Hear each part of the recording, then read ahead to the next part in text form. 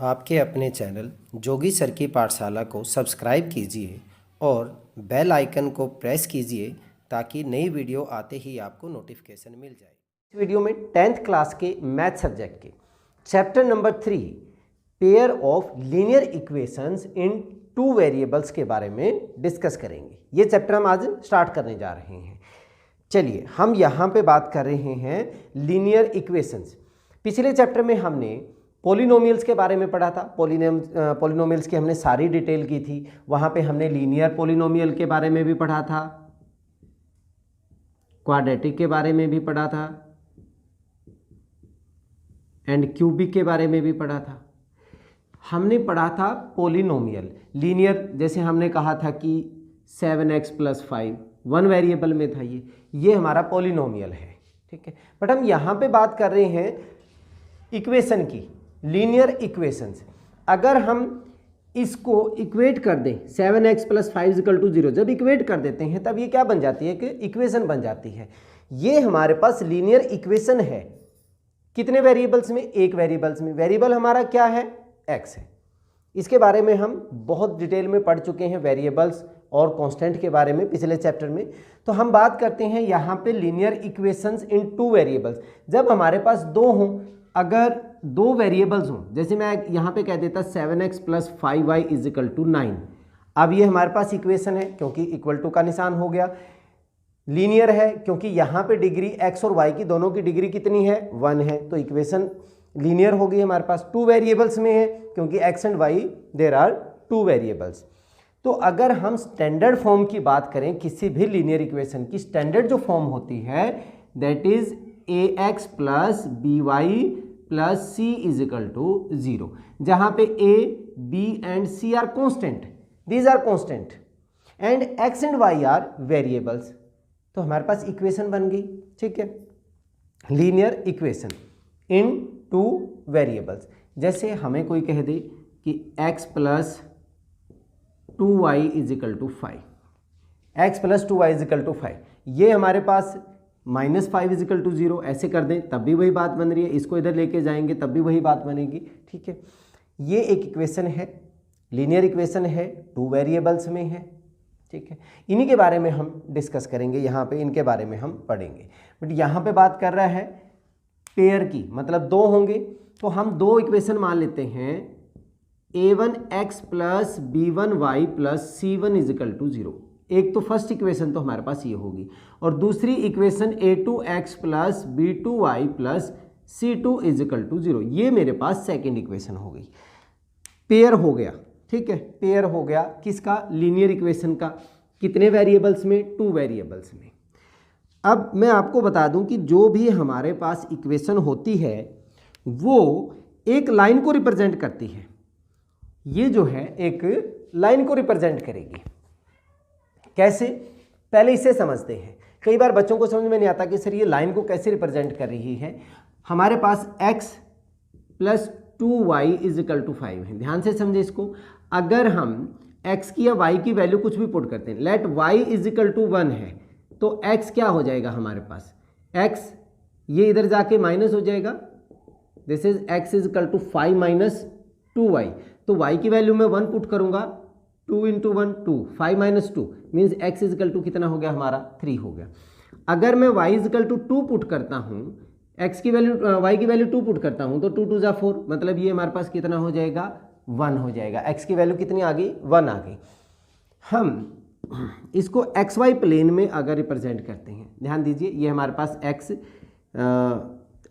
या -x भी ले लेते हैं हम यहाँ पे, this is y' and this is y। ये हमारा ओरिजिन होता है, ओरिजिन 0 0। इफ x = 3, 1 2 3 4 5, 1 2 3 4 5, y 1 2 3 4 5 हमने यहाँ पे मार्किंग कर ली इनकी। अगर x की वैल्यू 3 है तो y की वैल्यू 1 है, x = 3 y 1, तो ये होगा हमारे पास। And x = 1 y = 2, x = 1 and y = 2। जब हम इन दोनों पॉइंट्स को मिलाते हैं तो ये क्या बनता है? एक लाइन बनती है, ठीक है।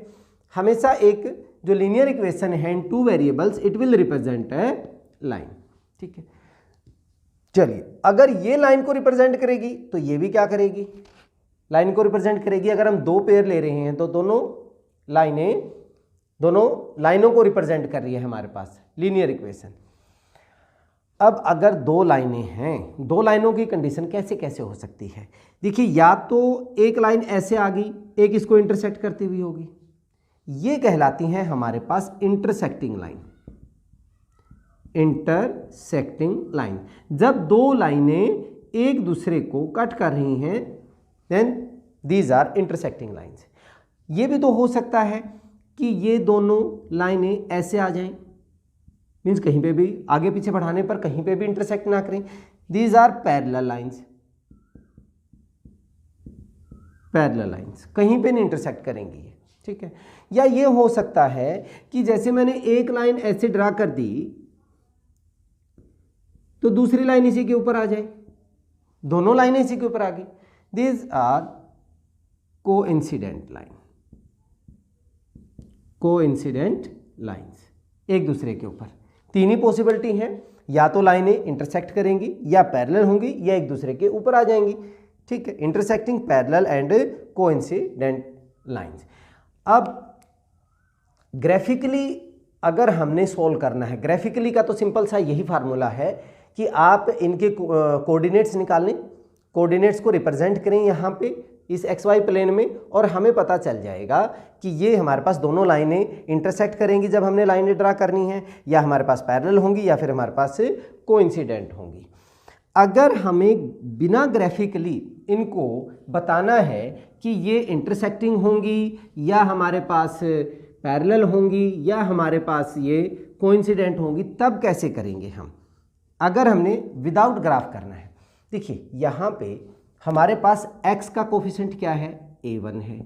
y का कोफिशिएंट क्या है? b1 है। विदाउट मीन्स कांस्टेंट क्या है हमारे पास? c1 है। यहाँ पे x का कोफिशिएंट हमारा a2 है, यहाँ पे b2 है, और यहाँ पे c2 है। दोनों इक्वेशंस में हमने सभी कोफिशिएंट लिख लिए।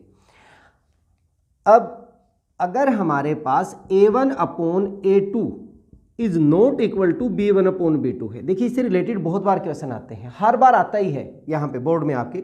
If a1 upon a2 is not equal to b1 upon b2, तो लाइनें हमारे पास क्या होंगी? इंटरसेक्टिंग होंगी। कौन सी लाइनें होंगी? इंटरसेक्टिंग लाइन्स, ठीक है।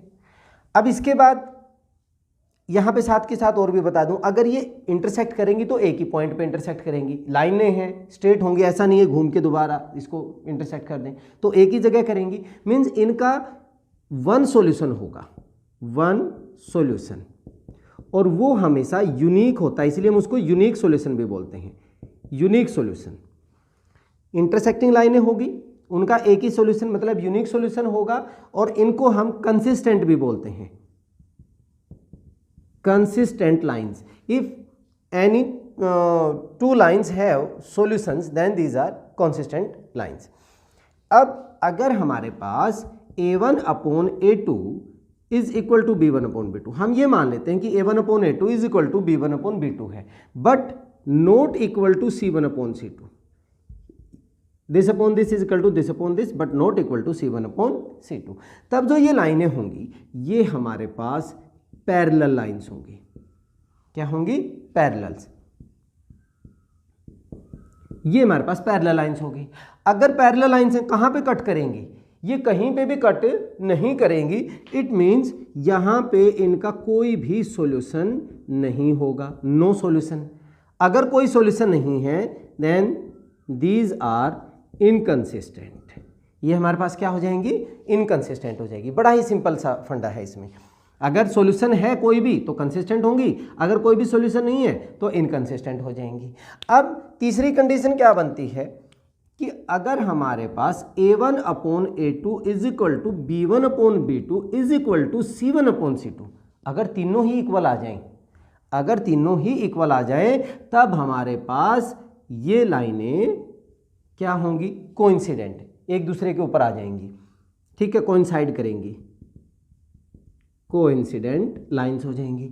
अब ध्यान दें, यहाँ पे तो सिर्फ एक ही पॉइंट पे इंटरसेक्ट कर रही थी तो एक ही सॉल्यूशन था, यहाँ पे भी इंटरसेक्ट कर रही है, यहाँ पे भी, यहाँ पे भी, यहाँ पे भी, ये कितने सारे पॉइंट्स, एक पॉइंट के अंदर ही इनफाइनाइट मैनी सॉल्यूशंस होते हैं, मींस इनफाइनाइट पॉइंट्स आपको मिल जाएंगे।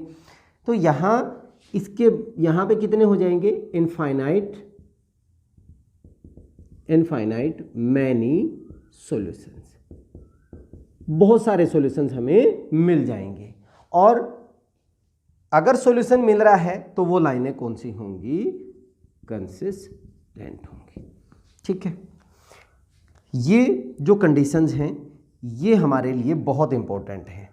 डायरेक्ट हम उनके बारे में बता सकते हैं कि लाइनें हमारे पास इंटरसेक्ट करेंगी, पैरेलल होंगी या फिर कोइंसिडेंट होंगी। बड़ा ही सिंपल सा है। चलिए, ये हमारा इंट्रोडक्शन पार्ट था हमारे चैप्टर नंबर 3 का।